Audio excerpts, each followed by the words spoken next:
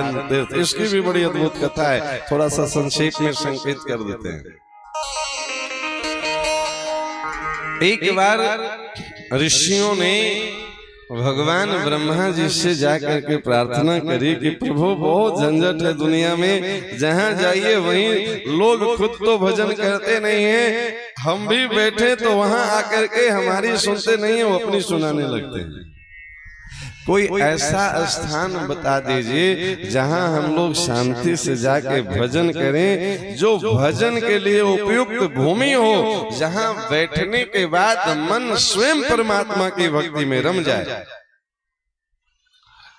भगवान ब्रह्मा जी एक चक्र छोड़े, ऋषियों को देखते देखते वो चक्र आगे आगे चली।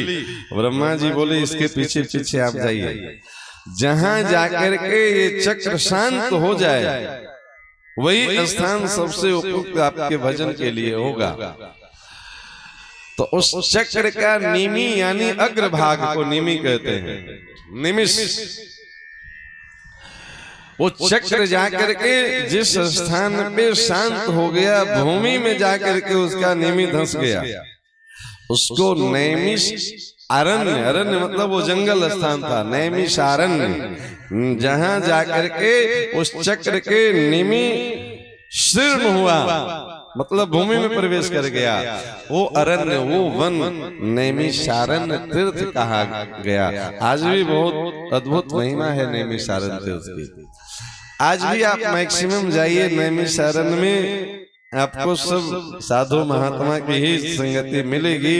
नैमिषारण्य तीर्थ आज भी प्रपंच से बहुत हद तक बचा हुआ जगह है।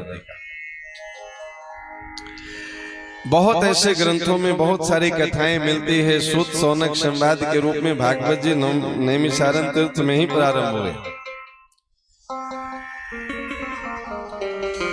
1000 वर्ष की कथा का सत्र का संकल्प लेकर के सूत सौनक आदि 88,000 ऋषि बैठे हैं। सोचिए क्या जीवन रहा होगा, एक 1000 वर्ष तक भगवान की कथा का आनंद चल रहा है, कुछ करना ही नहीं है। सब ऋषियों की तरफ से सौनक जी जिज्ञासा करते हैं और सूत जी सबका समाधान कथा के रूप में सुनाते हैं। वो तीर्थ है नैमिषारण्य तीर्थ, यही जाते हैं मनु जी और शत्रुपा जी। तीर्थ वर नैमिष विख्याता, अति पुनीत साधक सिद्धिदाता। इस स्थान का विशेषता क्या है? तो साधक सिद्धिदाता, साधक को अति शीघ्र सिद्धि प्रदान करने वाली ये तीर्थ है। देखिए बहुत अद्भुत बात है, भाव की सृजन के लिए भूमि की बहुत भूमिका होती है। हर भूमि में हर तरह का फल नहीं होता है। कोई भूमि आम के फल के लिए ज्यादा उपयुक्त है, तो कोई सेब के फल के लिए उपयुक्त है, तो कोई केला के फल के लिए उपयुक्त है, कोई लीची के फल के लिए। हर जगह के फल अलग अलग विख्यात होते हैं। कश्मीर के सेब जितने सुंदर होंगे, आप वही सेब का वृक्ष बीज ला करके अपने यहाँ लगा लीजिए, नहीं बनेगा वो। क्यों? महाराज यहाँ की भूमि नहीं है वैसे। भूमि की बड़ी भूमिका होती है।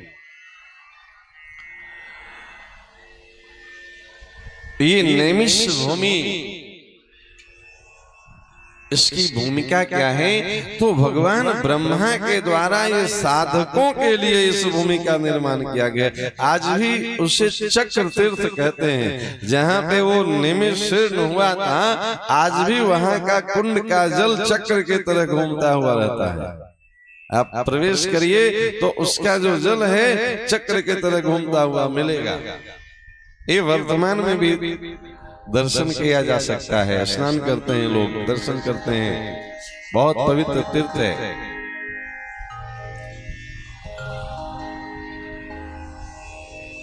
तीर्थ के जल के भी बहुत अद्भुत अद्भुत महिमा बताई गई है। हर तीर्थ का अलग अलग महिमा है।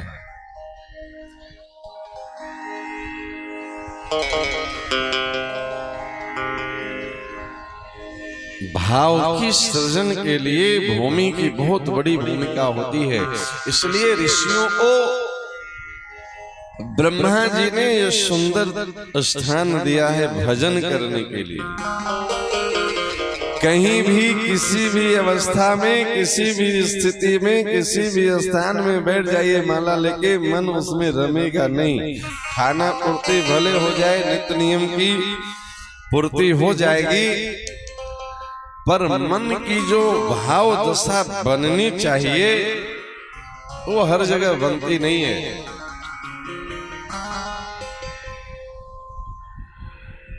इसका मैंने कई बार अनुभव किया है। अनेक जगहों में घूमना होता है कथाओं के माध्यम से। माला झोली तो साथ में हर जगह होती है, लेकिन इस झोली से माला जितना बढ़िया अपने स्थान में आसन पे बैठने के बाद माला बनती है, वो हर जगह नहीं बनती है। ये अनुभव की बात है।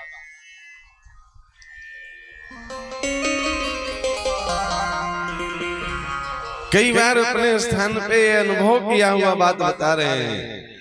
अपना नित्य नियम का 10 माला पूरा करने बैठे, माला छोड़ने का मन ही नहीं करता है। कब 30 माला पूरा हो गया, 3 गुना माला हो जाती है। अब कर लेंगे, अब कर लेंगे, बस थोड़ा और करते करते माला दुगना तिगुना होते चली जाती है। और कई जगह स्थिति ऐसी बन जाती है कि एक माला करना कठिन हो जाता है, भाव ही नहीं जुड़ पाती है। भूमि की बहुत बड़ी भूमिका होती है। इसलिए ऋषियों ने ब्रह्मा जी से भजन के भाव बने ऐसा भूमि चयन करने के लिए कहा गया। ब्रह्मा जी ही क्यों? क्योंकि ये बुद्धि के देवता है ना, विधि हैं। वो बुद्धि का प्रयोग करके जिस भूमि में भजन सधे वो स्थान ऋषियों को दिया। ऐसे नैमिषारण्य तीर्थ की महिमा ये है कि अति पुनीत, ये तो बहुत पवित्र स्थान है। दूसरा साधक सिद्धि दाता, साधकों को ये सिद्धि प्रदान करने वाली जगह है। बसहि तहा मुनि सिद्ध समाजा, तहि हर से चलो मनुराजा। ऐसे पावन तीर्थ में मुनियों का, सिद्धों का समाज बसता है। और उसी स्थान की ओर हर्षित होकर के मनु जी महाराज शत्रुपा जी के साथ चले हैं। पंथ जात सोहि मति धीरा, ज्ञान भगत जनु धरे शरीरा। गोस्वामी जी लिखते हैं कि वे धीर बुद्धि वाले राजा रानी मार्ग में जाते हुए ऐसे सुशोभित हो रहे हैं मानो ज्ञान और भक्ति ही शरीर धारण किए जा रहे हैं। देखिए, एक एक पंक्ति बड़ा अद्भुत है, बड़ा अलौकिक आनंद है। चौथे पन में जा रहे हैं। शरीर की सुंदरता कितनी होगी आप समझ सकते हैं। शरीर की अपनी अवस्था होती है, अपना धर्म होता है। लेकिन गोस्वामी जी लिख रहे हैं कि जाते हुए शोभायमान हो रहे हैं मनु जी और शत्रुपा जी। क्या मतलब है? जिस क्षण मन में भगवान के चरणारविंद मकरंद की प्राप्ति का भाव जगे और उस भाव को ले करके भगवान की भक्ति के लिए निकल जाइए, जीवन का सबसे सुंदर स्वरूप वही होता है। सबसे शोभा पाने वाला स्वरूप वही है जब भगवान की भक्ति में लग जाइए।